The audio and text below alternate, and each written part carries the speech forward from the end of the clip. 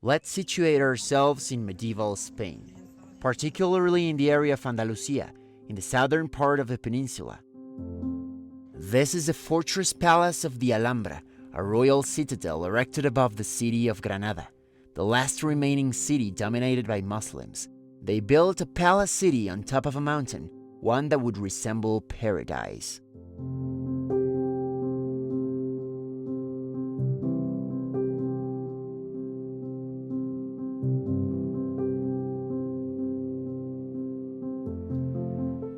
Built in the 13th and 14th centuries, the Alhambra was the work of the Nasrid dynasty, which governed the dwindling Islamic territories of southern Spain until expulsion in 1492 by Ferdinand and Isabel, the monarchs who also financed Columbus's expedition across the unknown Atlantic in the same year. And what's so wonderful about the Alhambra is that it's not simply a building, but the boundary between landscape and architecture seems very loose, so that suddenly you're in a courtyard, suddenly you're in a garden. And the section that is enforced by being on top of a hill is played off very effectively so that views through the space and movement through the space allows you to experience this landscape integrated into the architecture.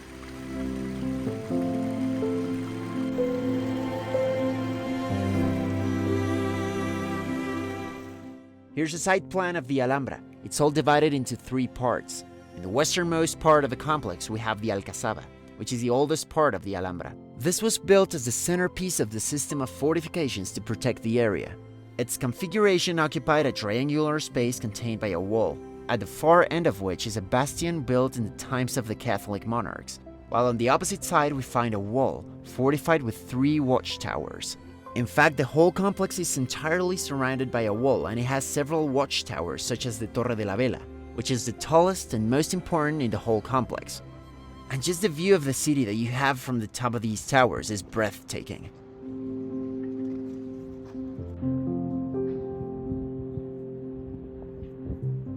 The Alcazaba had a military quarter as an urban nucleus, of which you can still see remains. Before the palaces were built, the Alcazaba served as a residence of the rulers of the city, and then it became purely military in character. In the eastern part of the complex, there is a part of the citadel that used to be residential and public. The Alhambra originally enclosed an entire palace city, including common dwelling houses, craft workshops, the royal mint, several mosques, and public baths. There are all these small channels of water that run through the entire complex, which is, I think, a remarkable feature.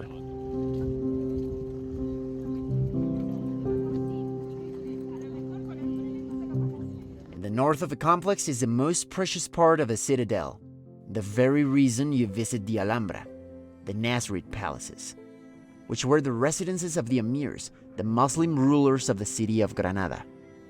These palaces form a series of apartments, halls, and courts, framed in a setting of arcades, fountains, and gardens.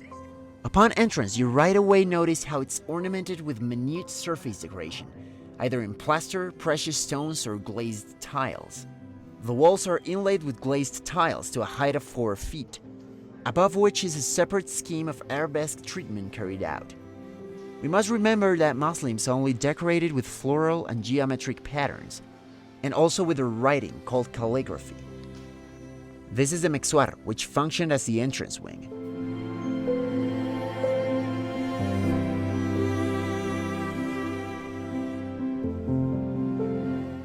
Next to it is the small courtyard with a small fountain in the middle. And one effect that these palaces have is a peace and silence that you feel inside of them, as if you were completely isolated from the world outside, but at the same time surrounded by nature.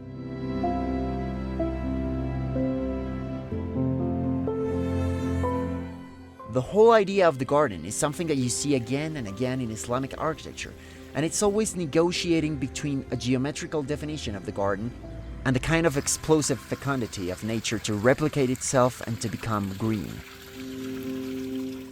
This is a Quranic description of paradise, and it's not so different from the paradise garden that we hear about in the Old Testament, with the rivers running out of a bounded precinct.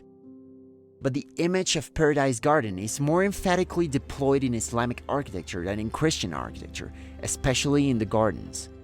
I think this plan helps illustrate how landscape and architecture move together. The plan consists mainly of two oblong courts at right angles to each other. You can see that there are several courtyards organizing fairly thin bands of program around them, and that these volumes are perched at the edge of the precipice so that they can get these dramatic views and capture the surrounding landscape that's part of the purview of the building, as well as the near landscape of the gardens that unfold on top of the plateau. Every single window in the Alhambra doesn't simply exhibit a view, but it perfectly frames the landscape in a way that makes every view as dramatic as possible.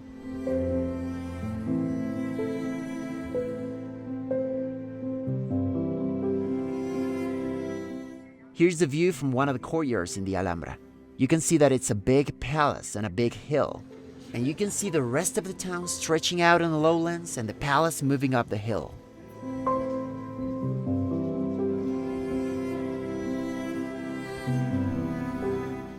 The first of these courtyards, known as the Court of Myrtles, has its longer axis placed north and south. There's a long linear pool that shows you the integration of water into the courtyard. This pool reflects the buildings like a great mirror of water that changes with the different tones of light throughout the day. This spectacular element is both aesthetic and functional, because like any dwelling with human presence, this palace requires a place that contains water, and the water is always circulating through narrow channels that irrigate the bushes. To the south is a double arcade, and to the north is the Tower of Comares, inside of which the Hall of the Ambassadors is located. With deeply recessed windows on three sides giving views of the town beneath. And you could be here in this chamber admiring the garden, but you could also be surveilling the landscape to see if any intruders are coming. So you have these vantage points stipulating throughout the building.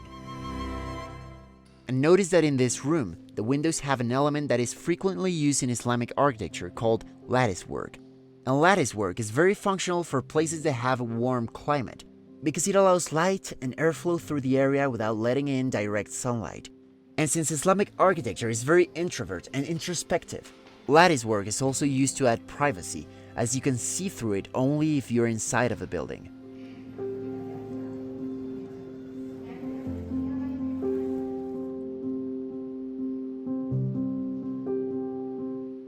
This hall is crowned by a polygonal dome with arabesque decorations.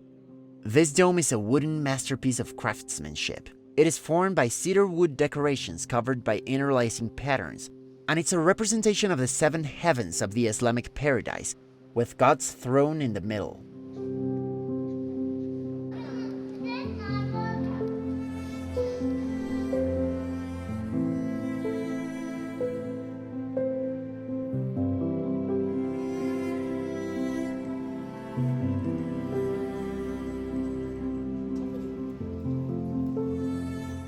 The other main court, the Court of Lions, is the most elaborate. The pillars are alternately single and coupled, and crowned with capitals peculiar to the Alhambra.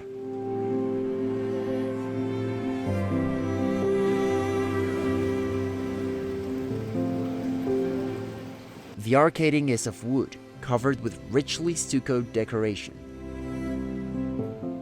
It's important to mention that Islamic architecture is obsessed with integrating water into the architecture. So water is the essential element in this incredible palace of the Alhambra. And the combination of water and light creates a space that's a real pleasure for the senses. In this courtyard, we find the device we saw at the Great Mosque in Cordoba. Linear troughs of water that begin to issue forth and irrigate the garden and bring life to the garden. And a fountain in the middle. And this is spectacular. It's almost literal building of a model of the Paradise Gardens in the Quran. A bounded precinct with water crossing through it, subdividing its world into 4 quadrants with these lions here. And these fountains penetrate into these chambers on all sides and become fountains there too. It's great. We saw in the Mosque of Cordoba the beginning of a kind of pointed archwork, this horseshoe arch, or these multi-foil arches. And it's becoming even more specifically pointed when we get to some of the courtyard arcades here at the Alhambra. Also, a type of column capital with a square upper portion and long necking was evolved. The columns supporting these are very slender, the height being 12 diameters. The capitals in the Alhambra are either treated with conventional scrolls or are formed with a stalactite treatment. Such capitals have an upward continuation of post-like shape, against the sides of which the stilted arch abuts, being supported by a piece of stalactite corbelling.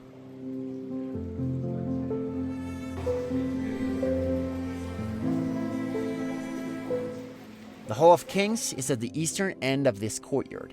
It receives its name because we find paintings on the ceilings with representations of the first 10 kings of the dynasty.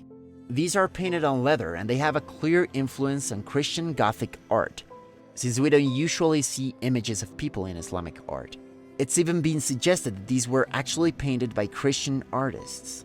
And on either side of the courtyard are the smaller halls of the Two Sisters and of the Abencerrajes, with roofs covered with stalactite decoration. These stalactites are known as muqarnas, or mocarabes in Spanish, and they are an integral form of ornamented Islamic vaults. They originated from the squinch, an architectural element used in medieval architecture to translate a square into an octagon. So looking at these halls is just astonishing because of all the detail that it has. Notice the toughness of the exterior of the Alhambra, because this building is almost like a geode. A geode looks like a rock on the outside, and you crack it open and it's this kind of sparkling crystal. So you look at the exterior of the Alhambra and it seems solid, it seems tough, it seems fortified.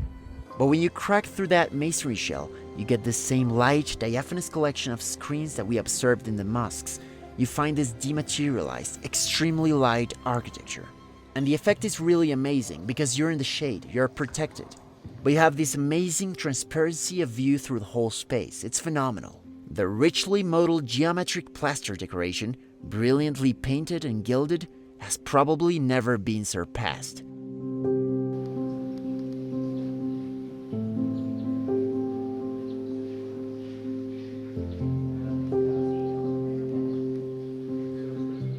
And here's just another detail of the Fountain of the Lions. It consists of a large basin surrounded by 8 lion sculptures, all carved from marble. And you can see the water coming out of their mouths and then conducted into the complex system of channels.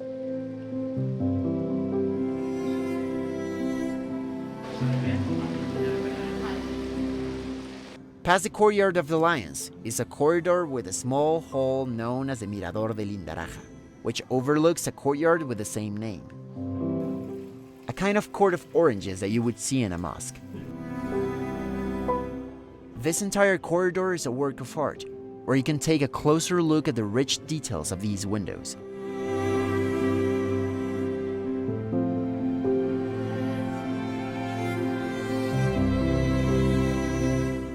And in the next corridor, you can see through one of the windows the brick vaults of the baths, which have small holes with octagonal stars to illuminate the space with a dim light.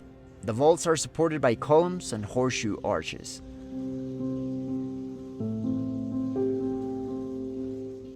This small courtyard, called Patio de la Reja, has probably the single best view of the entire palace, because you see the entire medieval quarter of the city of Granada, the Albaicín. And walking in this district is very special, because of the architectural character of the buildings and because of its narrow streets and its medieval urban layout. You really get the feeling of living in another time, and there's a small square there from which you can see the citadel.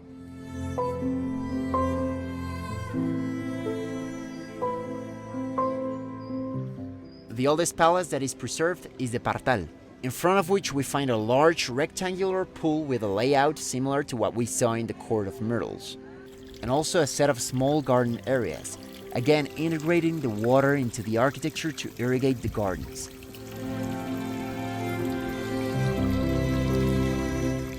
The relaxing sound of the water is the music of the Alhambra.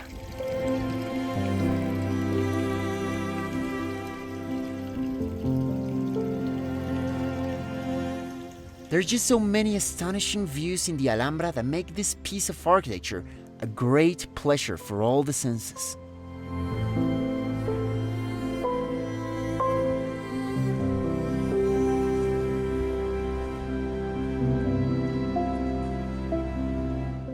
On the adjoining hill, we have the Generalife, which is a country estate from the Nasrid era.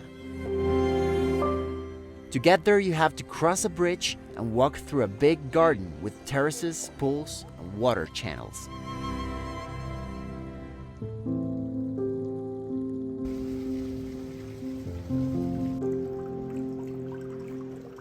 When you get to the Generalife, you walk through an arcade terrace. From there, you can see in the distance the Alhambra as a whole.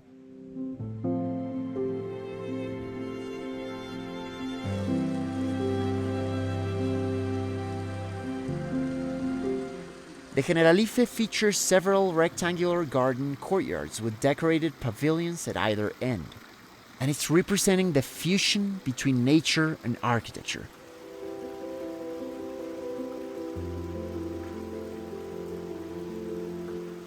You can see on these stairs how the water is integrated even into the railing, and that's just the essence of the Alhambra.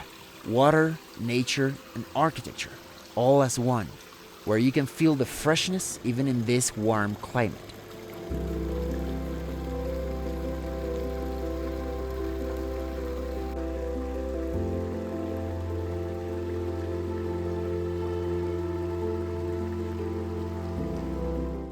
Now you might have noticed this square-shaped building with a hole in the center. This is a palace of Charles V. It was erected in 1527 by architect Pedro Machuca, a disciple of Michelangelo himself. And it's an important structure. In plan it is a square, 205 feet each way, enclosing an open circular court 100 feet in diameter. The external facade is 2 stories in height, the lower being rusticated and the upper having Ionic columns. Both basement and upper story have circular windows above the lower openings, so that mezzanines could be lighted where these occur. The circular internal elevation is an open colonnade in 2 stories, with the Doric order in the lower and the Ionic order of small height to the upper story. The structure is built in a golden-colored stone, the central feature of the 2 visible facades being in colored marbles. The whole design, which is of the Bramante school, is the purest example of Renaissance in Spain. The palace was never occupied, and it wasn't even roofed in until the 20th century. But it's really a very beautiful space.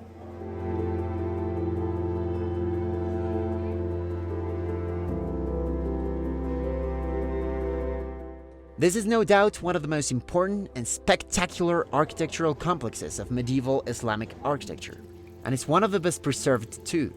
So what you see when you visit the Alhambra is mostly what you would have seen in the Middle Ages.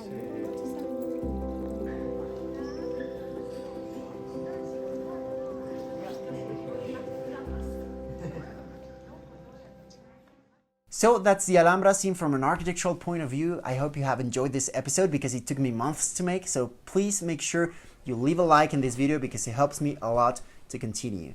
Remember that you can watch my other videos of Spain on my channel. I have a full playlist with videos of Spain, such as the Mosque of Cordoba or the Sagrada Familia. So make sure you subscribe so you get notified whenever I upload new content. Thank you for watching, and I'll see you very soon in another episode. Goodbye. This is the last one. This is the one you can really record it in the dark too. Yeah, the FX3. It's like